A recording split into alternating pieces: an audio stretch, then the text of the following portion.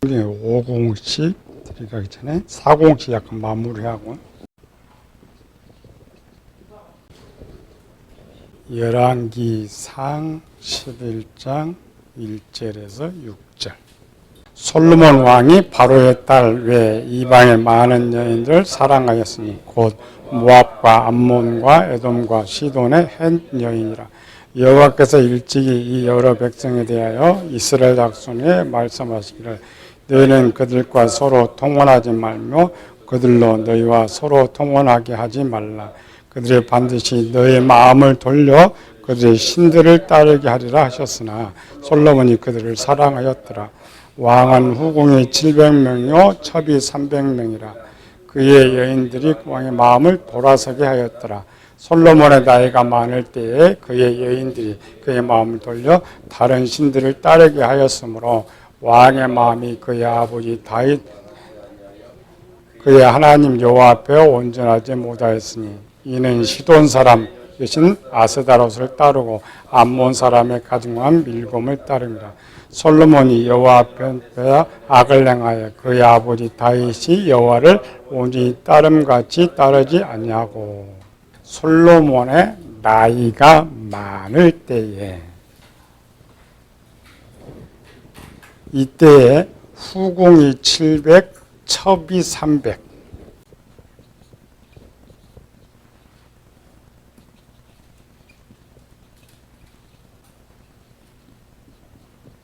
상 11장 1에서 5절. 솔로몬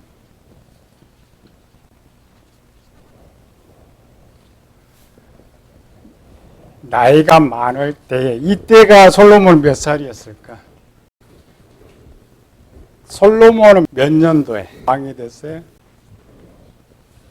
항상 다윗 거 내와라겠죠. 다윗은 BC 1010에서 40년 했으니까 솔로몬은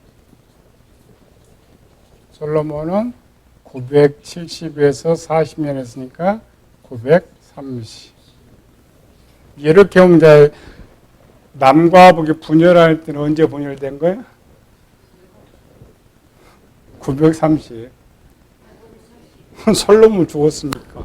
이때 솔로몬의 나이가 많았다. 그러면은 몇 살 정도 생각해요? 솔로몬은 몇 살 정도의 왕이 됐다고요? 15에서 17세 정도.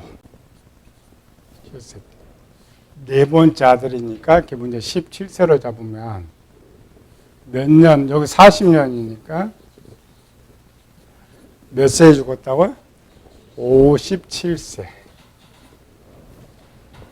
보통 나이 많다 그러면은 한 60세, 70세 이렇게 넘게 생각할 것인데 남자들 옛날이나 지금이나 60세 넘으면 거의 기력이 세죠. 부인들이 이 정도 많아질 것이다. 그러니까 일반 나이도 아니고 나이가 많다. 그 당시는 계산이 잘 안 되죠. 연대 계산이 잘 안 되잖아요. 이 편집할 당시 연대 계산이 되지 않으니까 부인들이 저렇게 많고 왕이 저 정도면 나이가 많을 것이다 라고 생각해요. 이때의 나이가 몇 살이냐? 빨리 외우기 쉽게. 이 다윗이 가장 악을 행할 때가 몇 살? 50세. 50세가 누구야? 밧세바. 밧세바 때 솔로몬은 이때가 몇 살이냐? 50세. 지금 기록된 열왕기상 11장의 기록이 솔로몬의 50대. 다윗은 밧세바 뒤에도 또 아내를 또 취해서 계속 자녀를 낳으니까 이때 다윗은 70세를 살았으니까 70세 살은 50세는 아직 정력이 있죠. 솔로몬으로 보면 뒤에 7년 후에 죽으니까 계산이 안 되지만 둘이 다 50세입니다. 솔로몬은 970세에 왕이 돼가지고 성전 건축은 언제 시작해? 건축 시작 666 다해와라기 때문에 또 까먹었어요. 4년 후 966년 성전 건축 시작. 666에 오라 했지. 666. 그 다음 20년 7년 성전 13년 왕궁 완료가 946년 두 개를 완성시킵니다. 솔로몬의 50대 봅시다. 50대는 몇 년대에? 17 빼고 33 빼고 33은 33을 빼면은 937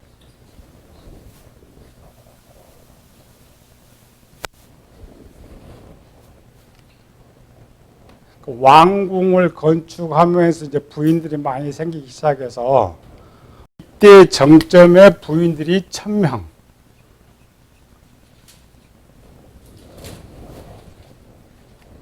그래 놓고 7년 후에 죽어버렸죠. 전도서는 언제 기록되는 거예요?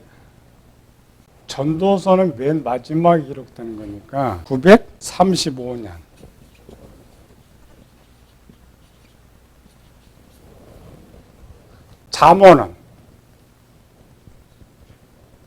잠언은 솔로몬 잠언인데 편집입니다. 편집이 돼서 솔로몬 치세에서부터 약 700년까지 이스라엘 북쪽에서 멸망할 때까지 모아놓은 자료. 그러나 전도서는 솔로몬의 생전에 그걸 이제 마지막 썼던 모아놓은 거 다르죠.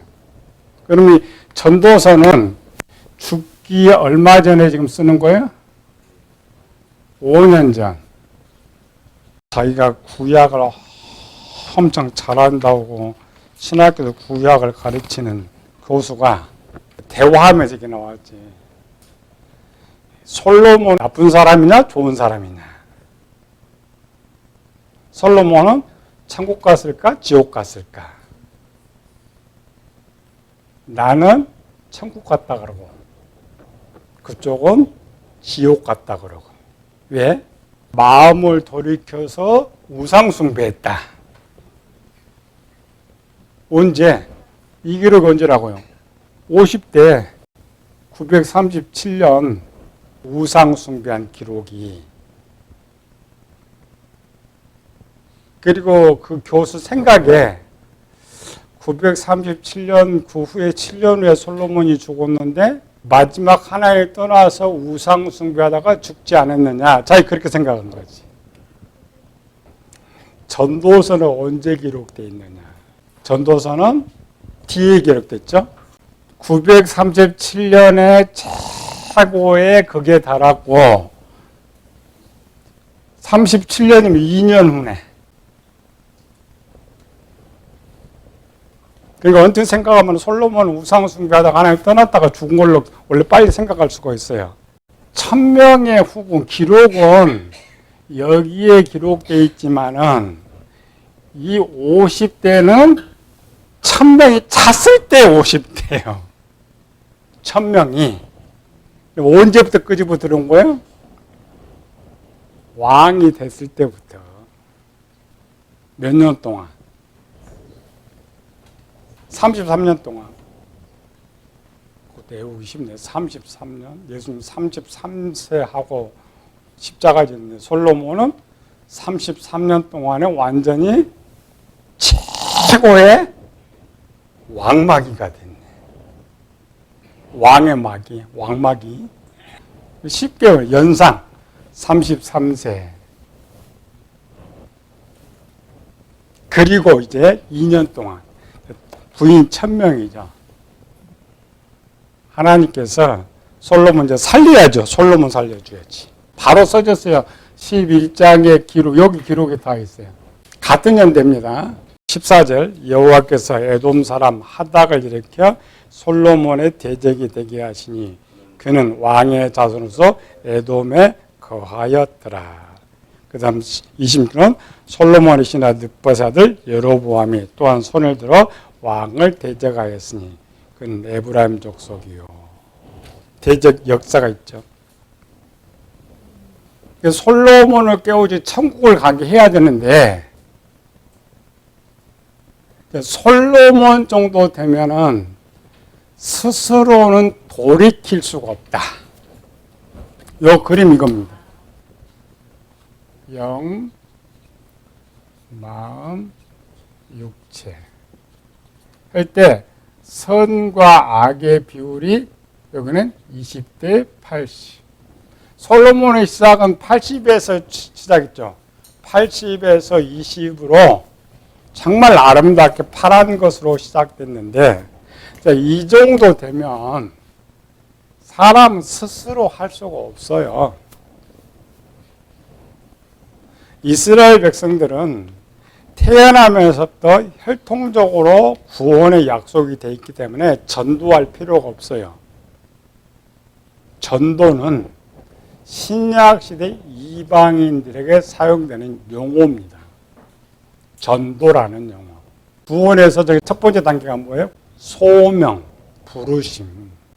왜 부르심이 있어야 되느냐? 스스로 돌아올 수 없기 때문에. 교회는 두 종류의 사람이 나죠.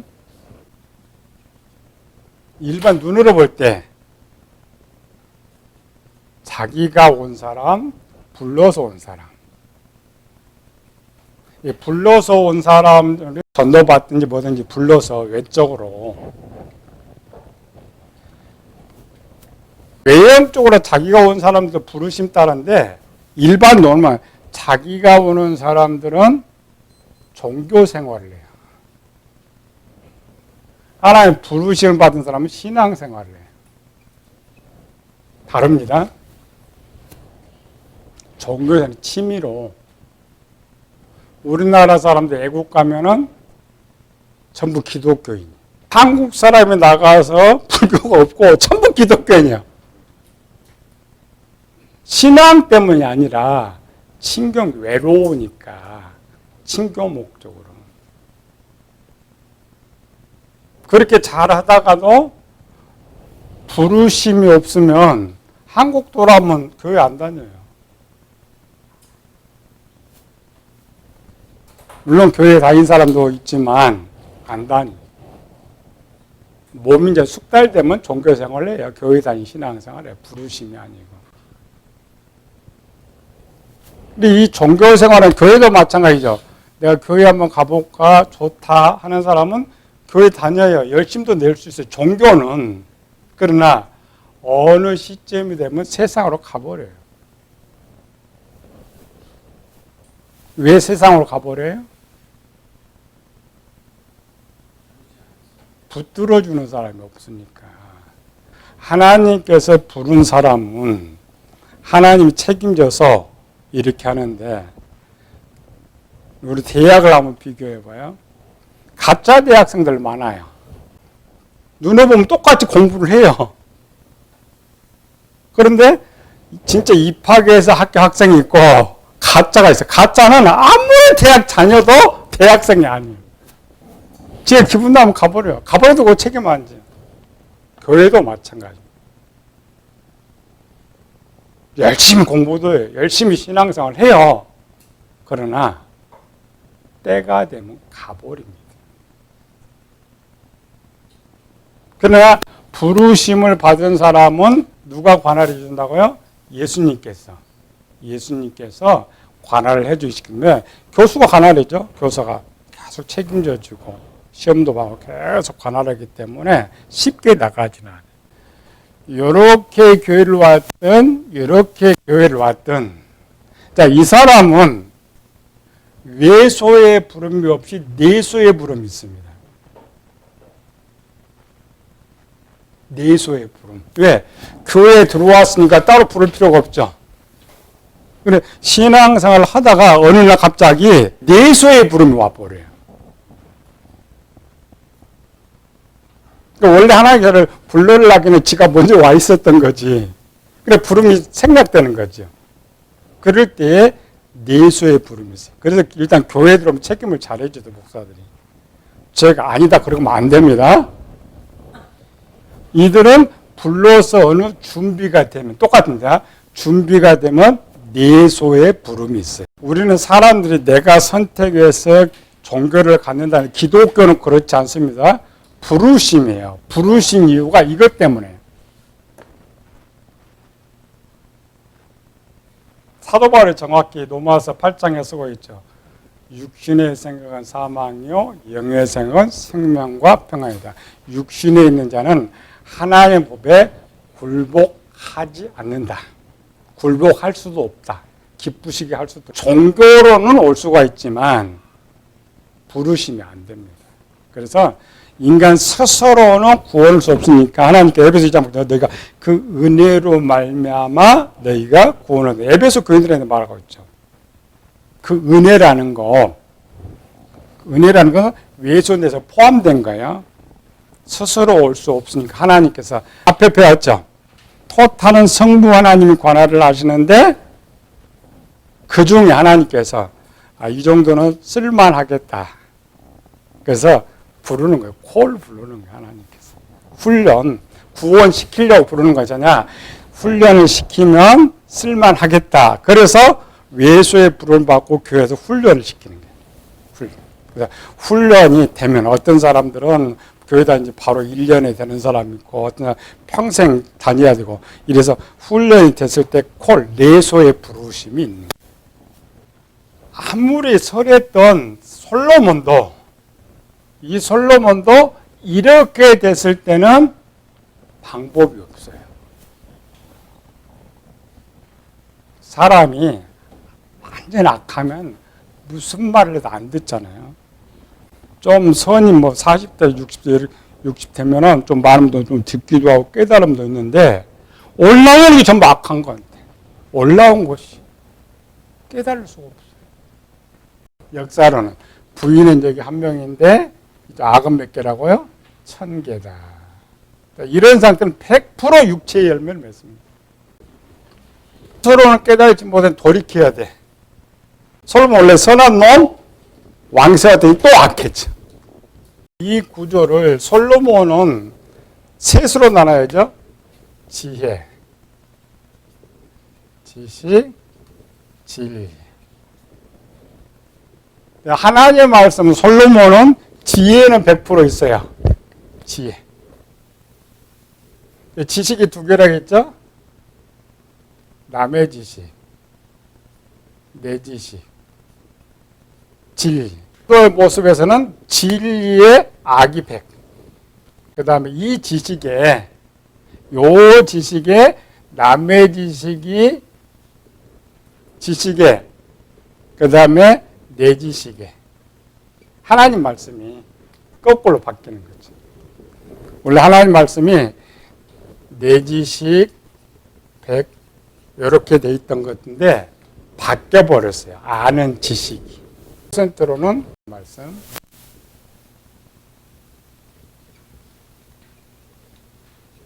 악. 또 하나님 말씀이 80%가 있으면 돌이킬 수가 있어요. 남의 지식이라도.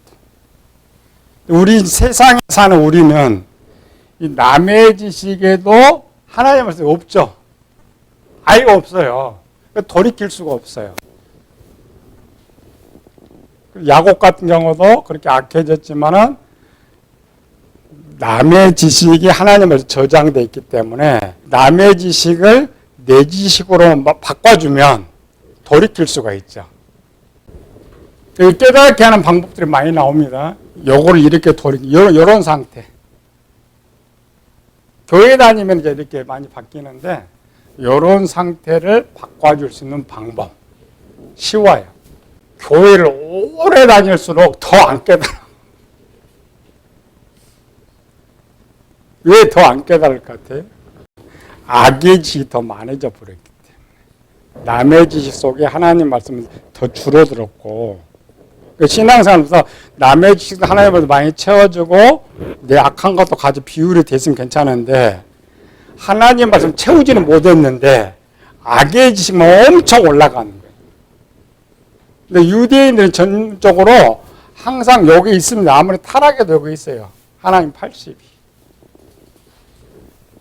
그래서 하나님께서 요거 딱 움직이는데 발로 차버려야지.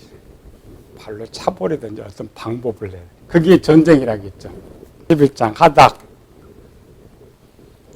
여로보암 전쟁, 반란. 2년이라 있죠? 2년이 채 지나지 못해서 솔로몬이 깨달은 거야. 자기가 모든 걸 얻었는데 한순간에 모든 게 날아가게 생겼잖아요. 그래서 전도서에 쓰는 거죠. 헛되다. 그 말입니다.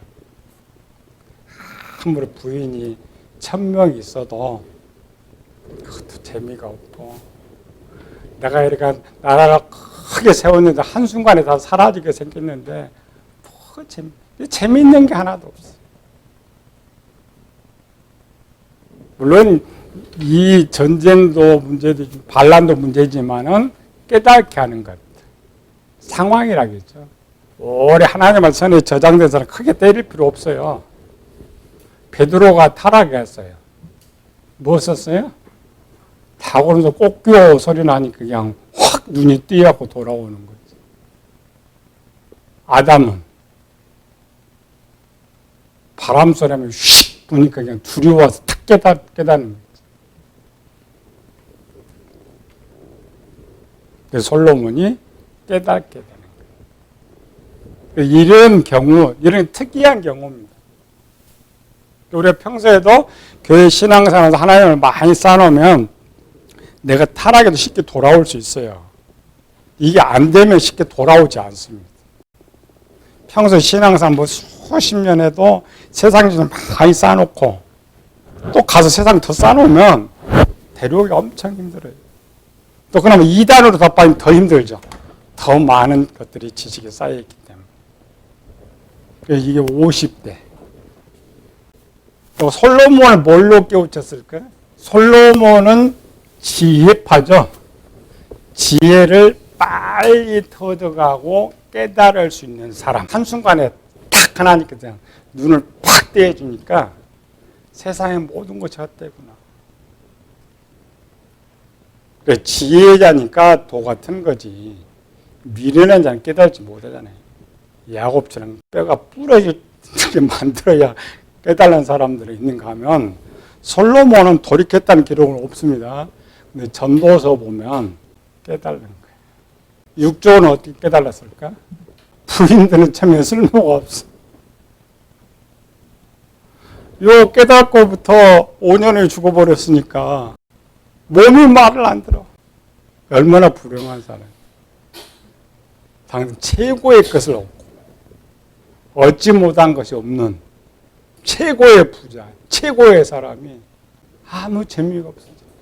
그걸 생각하고 전도서를 읽어요. 왜 전도서가 그렇게 나왔느냐. 자기가 다 해봤다겠죠. 다 해보고 모든 생각을 해봤지만 육적인 것은 쓸모가 없다. 육적인 아무 도움이 안 된다. 열왕기에 상에는 솔로몬이 회개했다는 기록이 없어요. 돌아왔다는 기록도 없어요. 그러나 전도서로 보면 철저하게 자기 회개의 모습을 볼 수 있습니다. 헛되다 보면 안 되고 자기의 삶의 헛되다는 걸 잘못 깨달는다는 거예요. 깨닫고 회개하고 하나님 회개시킨 거예요. 마지막은 솔로몬이 돌아와서 이 자체가 파란 걸로 돌아오죠. 이렇게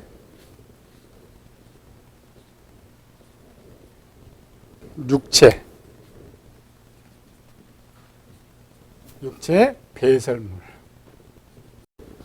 빌립보서 3장에 내가 그리스도로 한지 모든 걸 다 버렸다. 내 귀에는 모든 걸 버렸다. 다윗과 솔로몬을 보면 유전이 얼마나 무서운지. 솔로몬 50대 아기 거기 있다는 건 다윗의 모습 그대로 유전받은 거예요. 그때 이제 발현되는 것이지. 전도서는 모든 것 배설물로 없다. 그럼 누구만 있어요? 전도서에 가면 이제 하는 거죠. 오직 여호와만 경외하자. 하나님만 바라보자. 하나님만 있으면 됩니다. 완전히 영의 생각으로 바뀌어 80대 20으로 바뀌지.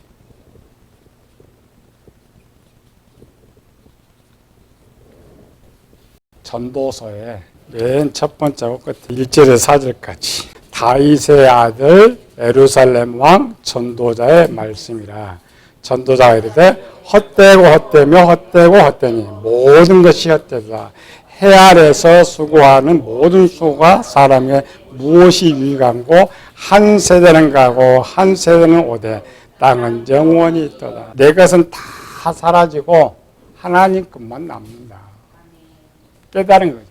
모두 자기 거라고 생각했는데 마지막 12장 13절 14절 일의 결국을 다 들었으니 하나님을 경외하고 그의 명령들을 지킬지어다. 이것이 모든 사람의 본분이니라. 하나님 모든 행위와 모든 은밀한 일을 선악간에 심판하시느니라. 솔로몬이 이때 한번 무엇을 봐요?